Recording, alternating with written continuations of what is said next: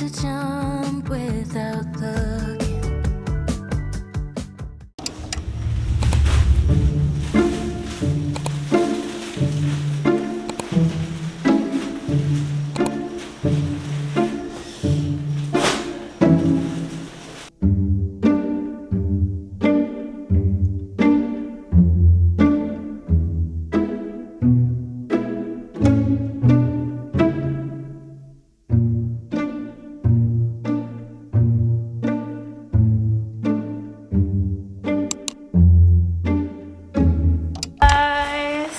Today is July 3. July 3 already. And, ano ba? Kasi nag-stay lang ako sa house the whole week. I recharge. And today is Friday. So, weekend.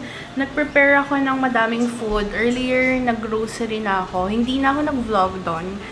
But, I got few things because I want to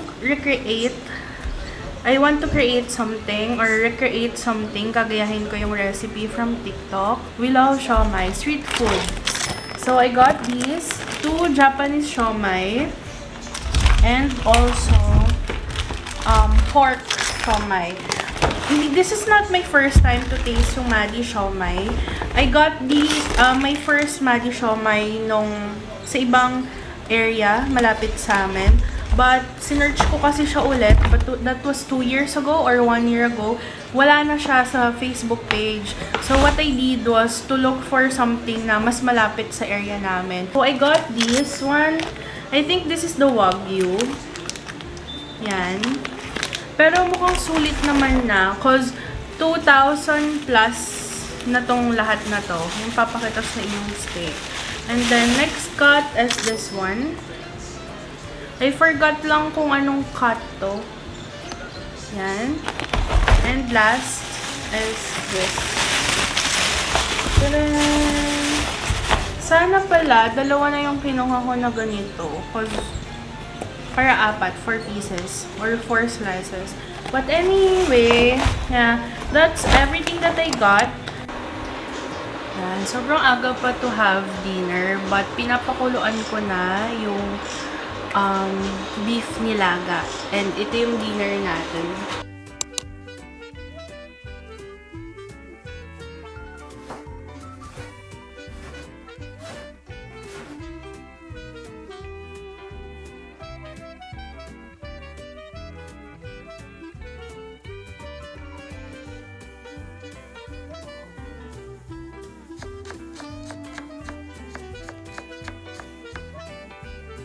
Second half, but you have to do some more. That's spacing.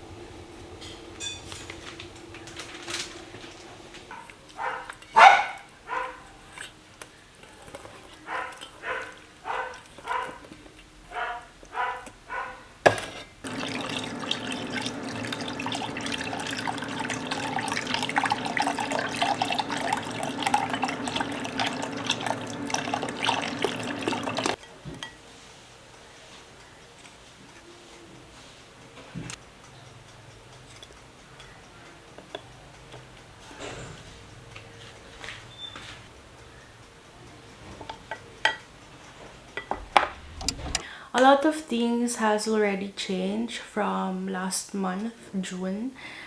June, nag-birthday ako. I got my new camera, my MacBook, everything na.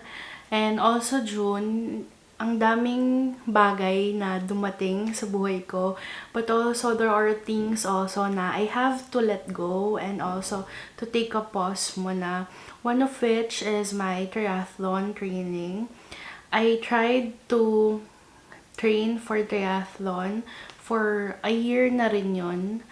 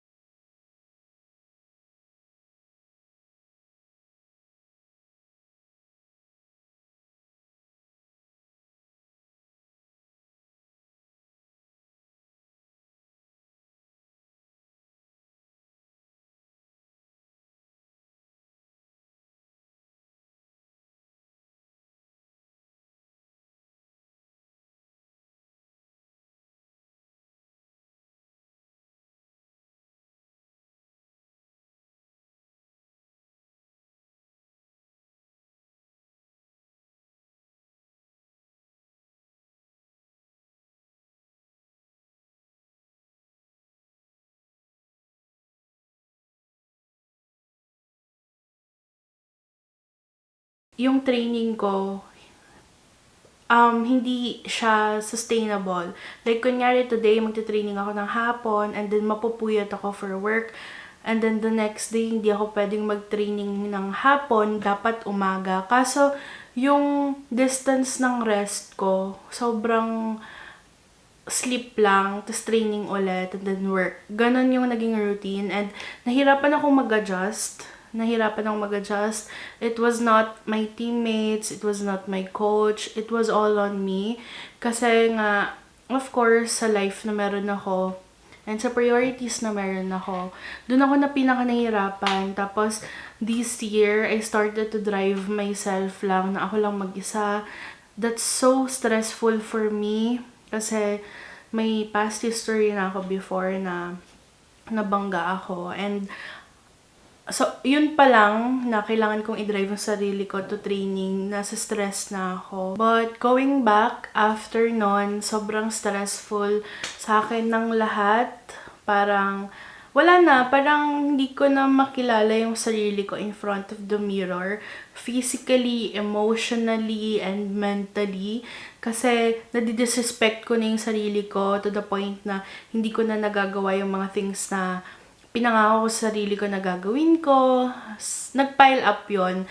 So, dun I realized one night when I was with my boyfriend, parang sobrang naging honest ako sa kanya na ganito na yung nafe-feel ko, ganito na. And then, dun na siya nag-step up to finally tell me na what if you have to let go sa isa sa mga ginagawa mo. You have to let go of something na it doesn't benefit you yet. So, doon ako nag-decide na, okay, kakausapin ko na si coach. And doon, of course, sobrang nahiya na rin ako sa coach ko kasi pinagpapaguran niya yung mga training programs, nagsischedule siya, pinag-aaralan ngayon. And yet, ako, hindi ko magawa dahil lang sa inner problems ko.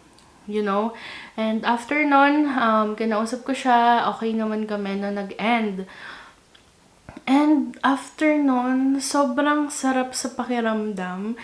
Masarap siya sa pakiramdam kasi yun lang pala yung hinihintay ko. Kailangan ko lang palang mag-let go sa mga things na hindi pa timing sa buhay ko at the moment.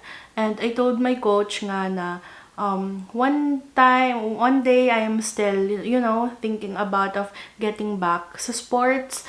But siguro right now, yung season ko ngayon, hindi pa yun yung season ko for triathlon. And then, dun ko na-realize na after na okay kami nag-end ng conversation namin, mas naging lighter yung baggages ko.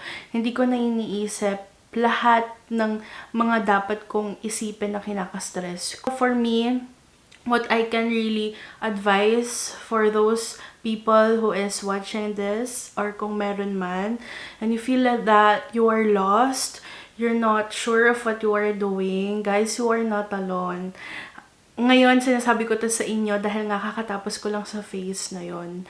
And gusto ko sabihin sa inyo na you are not late because how come malilate ka sa sarili mong buhay? This is your own life. This is your own path. This is your own timing. And how come you can be so late? Right?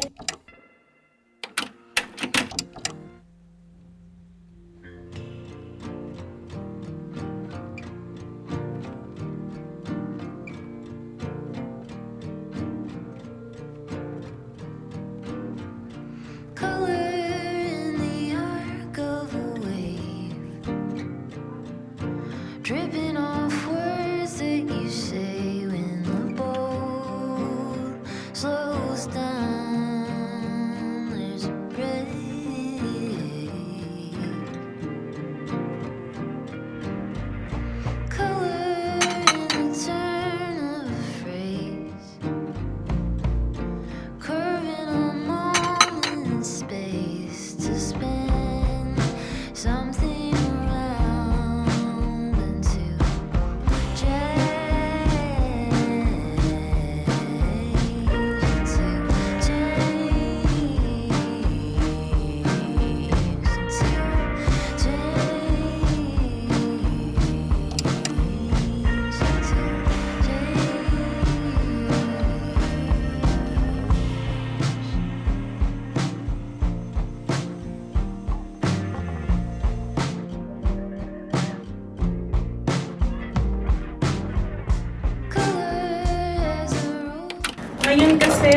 naglalat ako ng budget dito.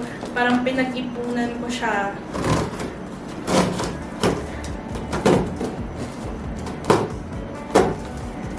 Ano niya?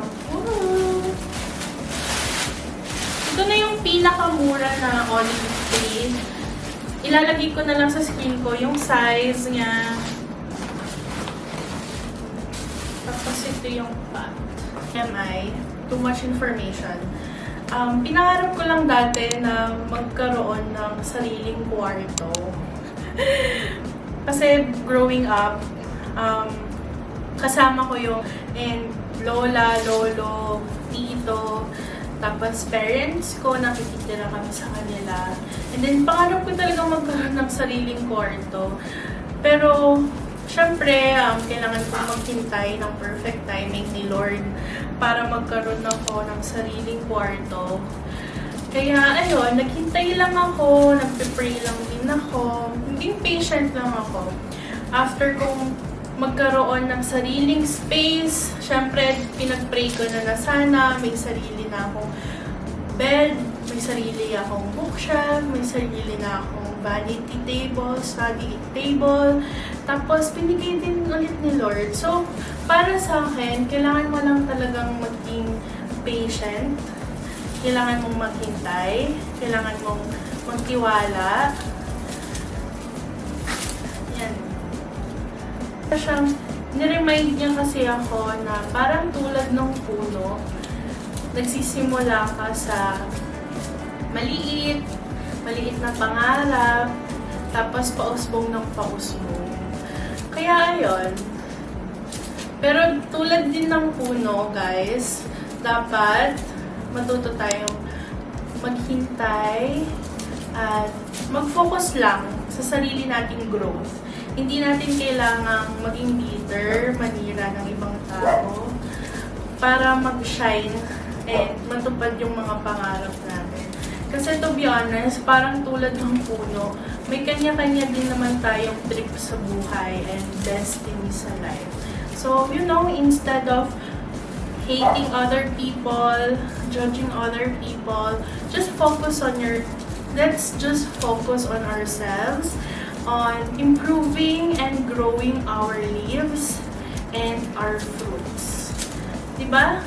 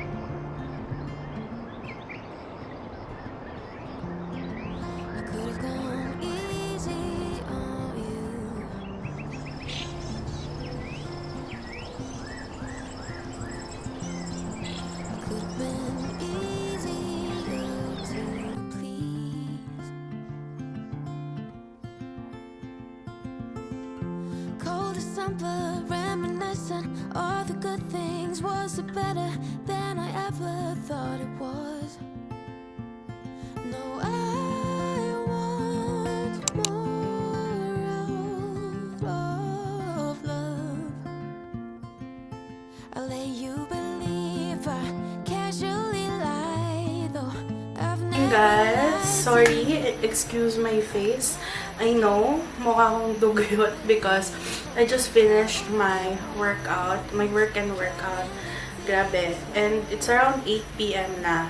And I will meal prep. And our menu for tonight are chicken breast and ano lang, chicken breast and ground beef. If I'm the only problem, though you never owned up to yours, this has gotten old.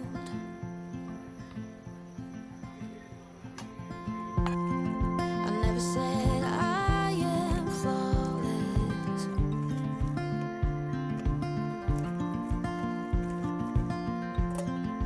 I made mistakes on my own.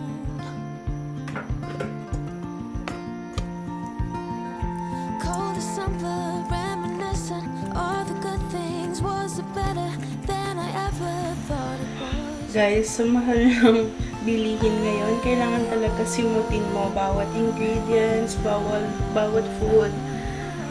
Okay? No to food wasting. I'll let you believe I casually lied, though I've never lied to you. I never do. Believe I'm the only one who's carrying the deepest scars. This is getting old, getting so old, getting so old. Believe I'm the only problem, though you never owned up to yours. This has gotten old.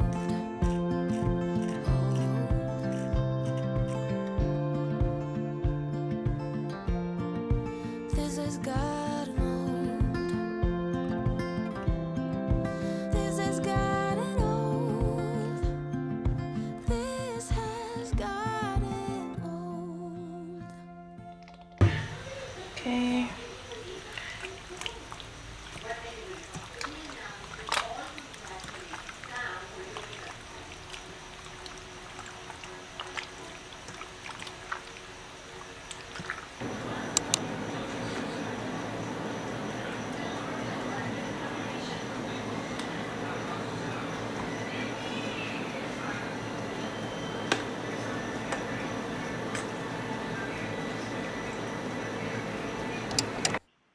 We relocated from Pasig, which is our family house, amin din naman yun, to Antipolo.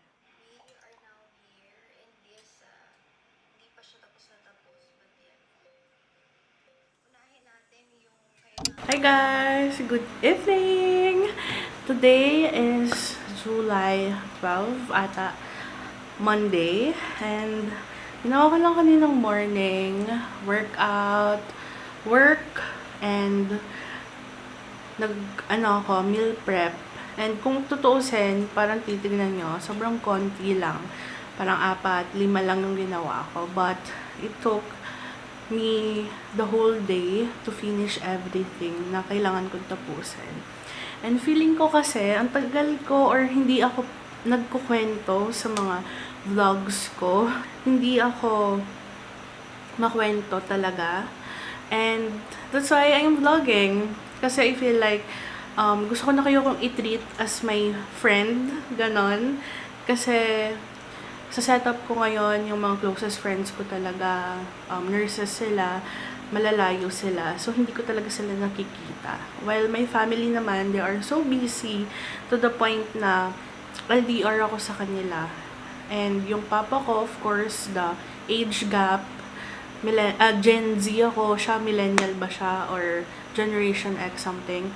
They are 55 years old. So, ako 26. So, nasa point na ako matured na ako, meron na akong own values and beliefs na nagko-contradict sa ibang values and beliefs nila. That's why nagkakaroon na kami na, doon ko na na-feel na nagkakaroon na kami ng gap. But don't worry, I am in good terms with my family. I am in good terms with them.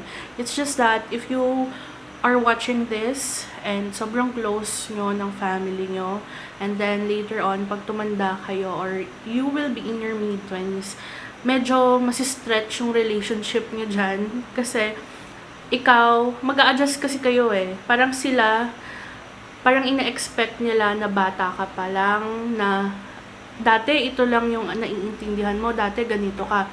But, you know, as a person, ikaw mismo, you are already a grown up, you have your own values and beliefs na pinaniniwalaan mo and paninindigan mo. Please do feel na you are not alone.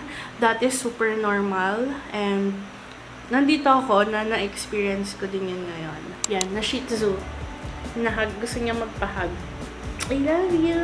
Thank you for being with mom! I am creative person, I would say. And I love every art in the world. Parang, yeah, gusto ko, na-appreciate ko yung mga art, music, literature, the films, paintings, everything na related into art, music, sabi ko na ba yun? And after nun, also, I love cooking. For me, it's a form of art for me kasi para kang nag-freestyle pero sense naman ng taste buds mo, ng smell, and ng eyes, diba? So, for me, art ang cooking din. Hi guys! I am currently uploading the June vlog. Mga 30 minutes yon. And after nun, ita-transfer ko na lahat from my SD cards yung July vlog natin. And I want to vlog regularly na every 7 to 8 days. Basta Sunday, 10 a.m. Yun yung gusto kong time slot kasi feeling ko dun ako parang chill lang, kakagising ko lang, it's Sunday, may panonoorin ako, parang ganong vibes. So yeah, thank you guys for joining me. Don't forget to follow me para mas makapag-usap pa rin tayo and magsama pa rin tayo sa journey na to. So that's it guys, good night, I know. Okay, let's go!